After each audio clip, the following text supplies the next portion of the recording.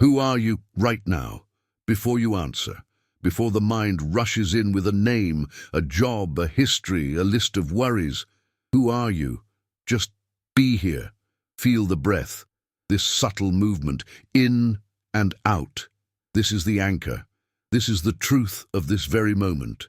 We spend so much of our lives trying to get somewhere else. We are here, but we want to be there. We are this, but we want to be that. We treat this moment, this sacred holy moment, as just a stepping stone to the next. And we treat life as a problem to be solved. If I just get the right job, if I just find the right partner, if I just heal this one last thing, then I will be happy, then I will be whole, then I will be at peace. But this is the great secret. There is no then, there is only now, and you are already whole. There are moments when life seems to tear us apart, when the ground beneath our feet gives way. Loss, confusion, pain. We think we are breaking, but perhaps life is just breaking us open, freeing us from the hard shell of who we thought we were, so we can remember the boundless ocean of what we truly are. The spiritual journey is not a journey of acquiring, it is a journey of uncovering, of letting go, peeling away the layers of me and mine. You are not the roles you play. You are not the parent, the child, the worker, the seeker. These are just costumes, beautiful costumes perhaps, but you are the one wearing them. You are the awareness that is watching the play. What if, for just a moment, you put it all down? The struggle, the effort, the need to understand it all. What if you just allowed yourself to be, right here, without judgment, without agenda, just being? This is the homecoming. This is the presence we've been longing for. It was never far away. It was right here, behind the noise. Who are you when the thought stops? Who are you when the striving ceases? The silence that answers, that is you. That is the starting point. Comment presence. If you feel you are ready to remember who you really are, look at this mind of ours. It's a wonderful servant, but a terrible master. It chatters all day long. I like this. I don't like that. This is good. This is bad. I need this. I fear that. And we believe it. We think that voice is who we are. We identify with it completely. This is the ego, the I, the separate self, the one who feels small and vulnerable in a vast universe. The ego is a survival mechanism. It's built on fear. The fear that I am not enough, the fear that I will disappear.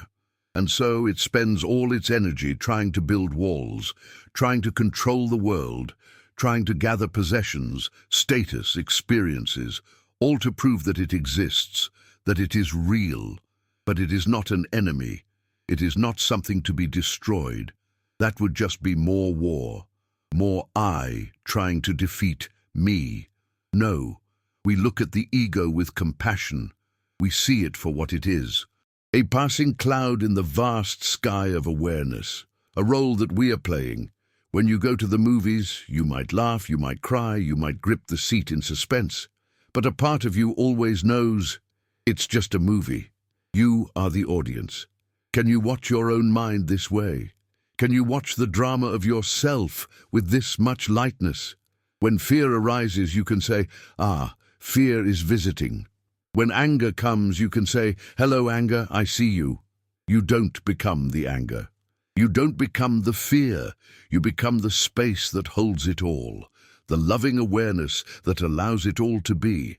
The ego tries to control the world because it fears disappearing. But when we observe it with love, when we stop feeding it with our belief, it begins to relax, it begins to dissolve, not into nothingness, but into the vastness that always contained it, into the love that was its source all along. What you are searching for is not out there. It is in you. The peace you seek, the love you crave, it is what you are. You are the one you've been waiting for. We try so hard. We row our little boat so fiercely against the current. We think we are in charge. We think our plans, our strategies, our will are what move life forward. And we get so tired, so very tired. What if the journey isn't about rowing harder? What if it's about dropping the oars? What if it's about trusting the river? This is the journey of surrender. It's a scary word for the ego. Surrender? It sounds like defeat, it sounds like giving up, but it is not giving up, it is giving over the small, frightened self to the wisdom of the whole, trusting that the river knows where it is going. Look at a tree, it doesn't try to grow, it just grows. It doesn't worry about whether it will have enough sunlight or water, it simply stands in its being and it is nourished. It surrenders to the seasons. It lets go of its leaves in autumn, trusting that spring will return. It is in perfect harmony with the flow of life. Can we be like that? Can we let go of our tight grip on control? Can we trust the unfolding? Surrender is not a one-time event. It is a moment-by-moment practice. It is the practice of meeting this moment exactly as it is, without resistance. If there is pain, you meet the pain. If there is joy, you meet the joy.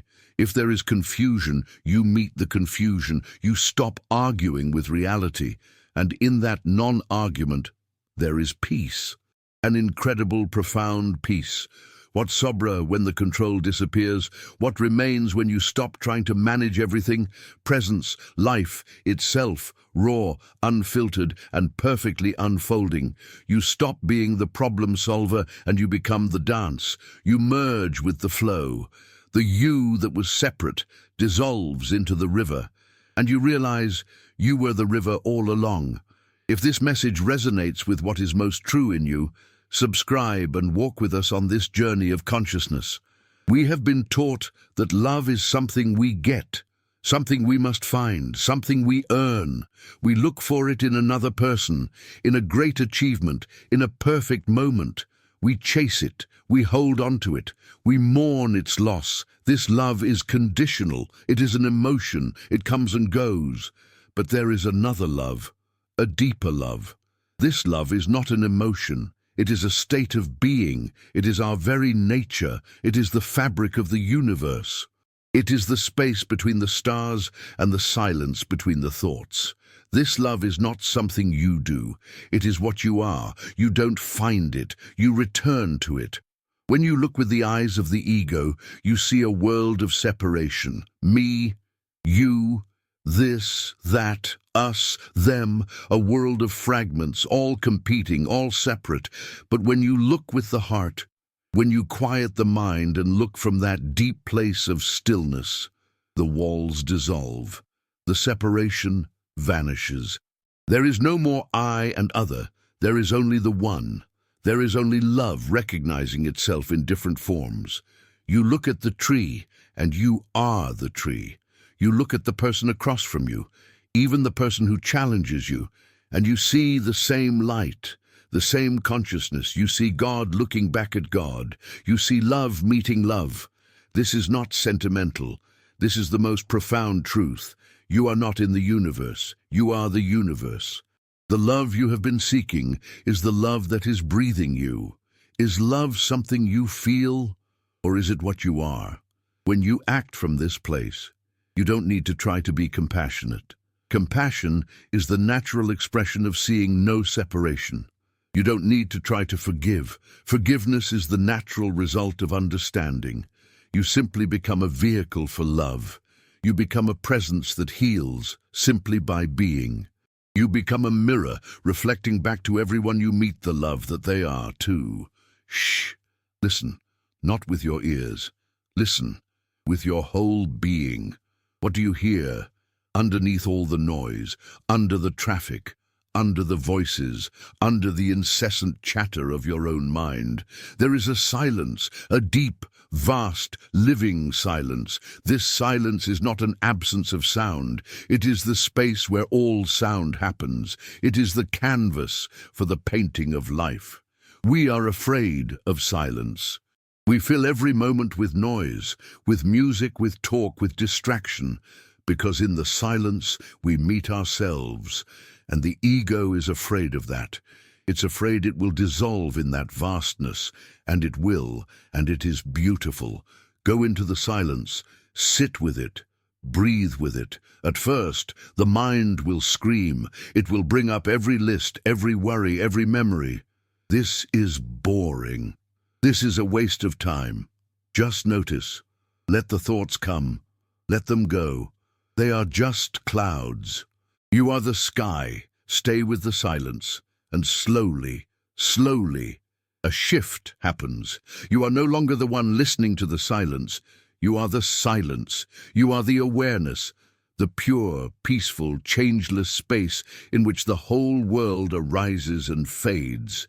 This is the awakening. It is not a lightning bolt. It is not a dramatic event. It is a quiet recognition, a simple remembering. This is the home you never left. This is the peace that passes all understanding. This is you. And so, we return. We return to the marketplace, to our lives, to our families, to our work, but we return differently. The journey is not about escaping the world. It is not about living on a mountaintop. It is about bringing the silence of the mountain into the heart of the city. It's about chopping wood, carrying water, with presence, with love. You will still feel joy. You will still feel sorrow, but you will not be lost in it. You will be the awareness holding it all. The spacious heart that has room for everything. There is nothing you need to become. There is nowhere you need to go. Just remember what you already are. You are not the story. You are the consciousness that observes it. You are not the wave. You are the ocean. Life is not a problem to be solved. It is a mystery to be lived, a dance to be danced, a gift to be received moment by precious moment. Be here now. Be here now. Be here. Thank you for walking this path together, for remembering with us. The journey is inward, but we can hold hands as we walk each other home. Subscribe, turn on notifications, and follow along with us. Every meeting is a reminder that the now is all that exists. Namaste.